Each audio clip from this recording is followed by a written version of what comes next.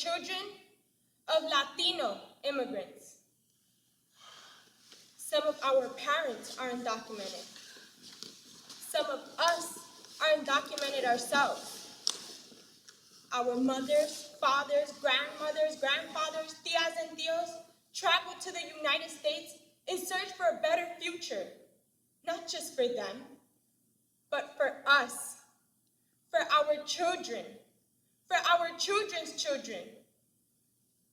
They came looking for an escape from the violence, the drug trafficking, the corrupt political system, the poor economic conditions, and most importantly, the poor education prospects.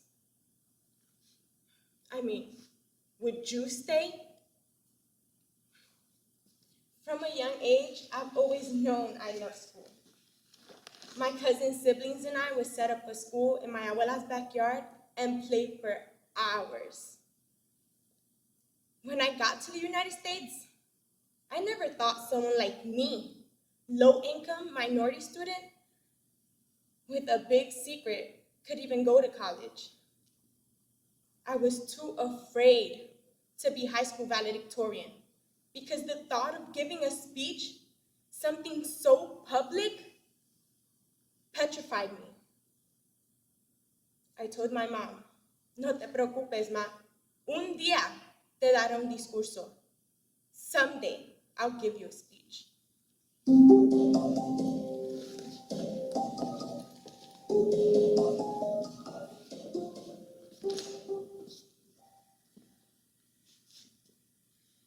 Growing up, we were taught to never reveal our true identity.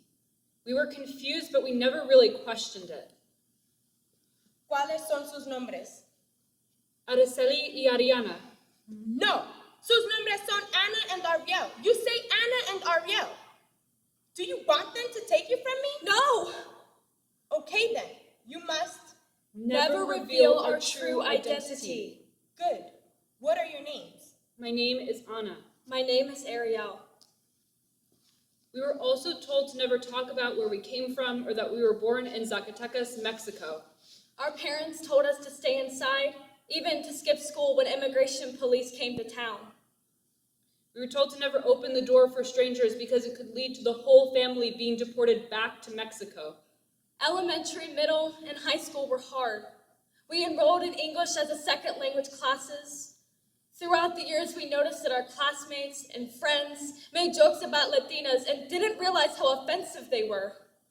Kids during recess would play a game called La Migra, chasing each other around the playground, embodying the figures of ICE and undocumented immigrants.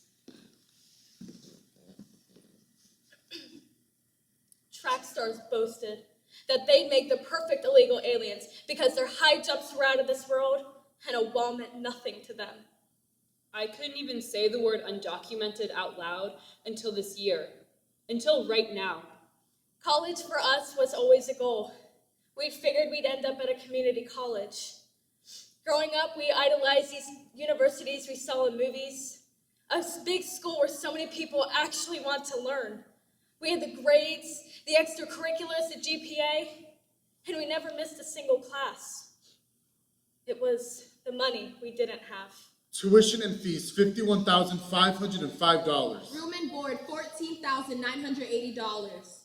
Books and supplies, $1,050. Personal expenses, $1,200. Transportation, $750. Total cost, $69,395. Thanks to DACA, we and other undocumented students across the nation have the privilege of being full-time students. But for how long? We don't know. We have the sacrifices that our parents made to thank. And we make sure to thank God for getting our families here safely, for his daily protection over us. We are the lucky ones.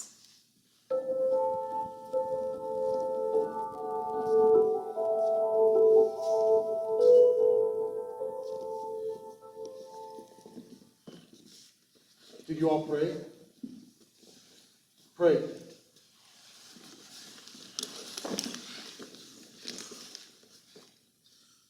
En el nombre del Padre, del Hijo y del Espíritu Santo. I have this early memory of one morning, maybe around 4:30 a.m. I was 11 years old, and I had to use the restroom. And as I walked down the hallway, I heard whispering. It was my mom. She was standing by the front door watching my dad leave to work. And she was praying. Praying that he'll be able to come home at a day's end. Eventually, my mom started making me pray before I went to school. She told me that we pray because we truly don't know what happens after we walk outside that door. In college, my hands tremble behind the wheel when I see police. When I come across campus security, I feel like I can't breathe. My brownness is my largest insecurity. But I pray. And I've always prayed because I knew that God will protect his children like me. But the fear still lingers. In the summer of 2016, before I went to college, I watched as ICE ram my front door open, drag my father outside, throw him in back of a truck, and drive off. And I can still hear the painful shrieks of my family. Let him go! You can't do this! No te preocupes, pa, lucharemos por ti! Please don't take him! No te preocupes, pa! Papi! I still think about my dad a lot at school. I wonder why I'm at a place where not a lot of people look like me. I wonder why I'm not back at home protecting my family. But I'm here, and I'm gonna graduate because I'm a lucky one. And I continue to pray because I truly don't know what happens after I walk outside that door.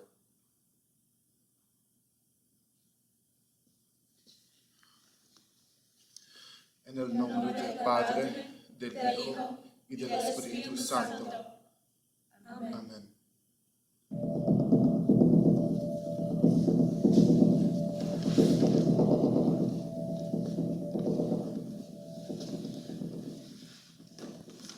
Monday, 9:42 p.m. Recipient, Dean of Students. Dear members of administration, we as student leaders of color who fight for representation and inclusion on our campus feel that there is a severe lack of faculty of color on our campus. Only 4% of faculty are Black and 2.3% are Hispanic or Latino. We hope that you, along with the Board of Trustees, can compile a specific fund dedicated to actively seeking out professors of color in all departments. Please don't look into this lightly. Wednesday, 4:07 p.m. Recipients, Yasmin Gonzalez and Arturo Martin. Dear students, first let me begin by saying that I appreciate you writing this. I feel I must address one piece of your note that interested me. You say that you want us to actively seek out more professors of color on our campus in every department. If we were to follow through with this, it would possibly mean hiring a professor who is not qualified to advise students, like you. So let me ask you. Would you rather have a good professor or a Black professor? An uproar. When students found out that he said this, protests were staged, alumni were called, students threatened legal action. But he didn't know what to say. My intentions behind my statement was to use the resources at your disposal in order to create A group of colored kids who inhabit the background of brochure photos? That is not what I am proposing. Then what are you proposing? What are you going to do to help students of color on this campus? What actions are you going to take? How are you going to use your authority and your place of privilege to help me and my peers? You say people like me, as if I'm some other category. You say to use my resources, but what resources are you giving to help poor, first-generation students be successful? He didn't know what to say. We waited another week for a response. He casually avoided the email until she wrote him again. If you will, please review the tenets that I've listed previously.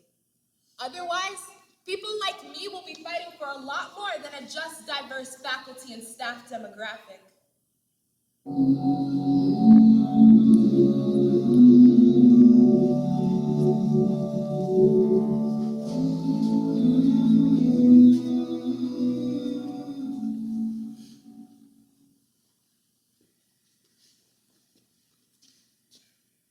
Good evening, parents, staff, faculty, friends, and my fellow graduating class of 2017. My name is Eva Rivera, and I am delighted to be here as your senior class representative. My journey here at this predominantly white institution, college over 400 miles from my home has given me so many eye-opening experiences. For instance, I never knew how many times I'd be the only student of color in a classroom. I never knew how many times I'd be asked, where are you really from? I I never knew that there'd be so many microaggressions. I never knew the value of an undergraduate education until I got here. I have learned so much about what it means to be successful, to make my parents proud, to be an example to my family. And to cry so many nights because the schoolwork is too damn hard and no one is willing to help. To skip class because I feel like I'm not smart enough. I'm never prepared. Through all of life's struggles, it felt good, knowing that I would finally be able to give my family the life we have always wanted. Even though the pressure was too much. How is a 22-year-old supposed to somehow be the saving grace of an entire family? What if I fail? And so I am honored to be here with you all because I have some news to share. News that may be unfamiliar to some of you. Go on. Tell them. Let them know who you really are. I watched this video of a young girl named Larissa Martinez from McKinney Boyd High School in McKinney, Texas, share with her graduating class her story. A story similar to mine. She is resilient. I am proud to share with you all that I am one of the 11 million. one of the 11 million. One of the 11 million. One of the 11 million. One of the 11 million One of the 11 million Immigrants living in the shadows of the United States. And I am surviving. I need you all to know that Undocumented immigrants are people too. immigrants, undocumented or otherwise, are human beings. And no human being is illegal. They are people. People with dreams, hopes, fears, nightmares, aspirations, and courage. People like me. People who have become a part of the American way of life and who yearn to Make America great again. without a wall built on fear, hatred, and discrimination. We are here without official and recognized documentation because our immigration system is a cycle of never-ending flaws. It's become an increasingly growing waiting room. I, for instance, have been waiting 7 years for my application to even be processed. 8 years. 11 years. 14 years. We are trying to do it the right way. We just don't know how.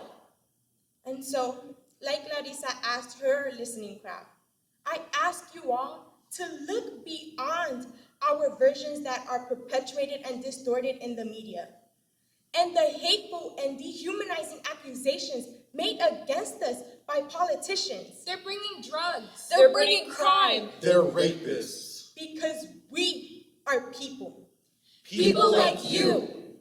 They said we couldn't, so we did. No longer silent, no longer afraid.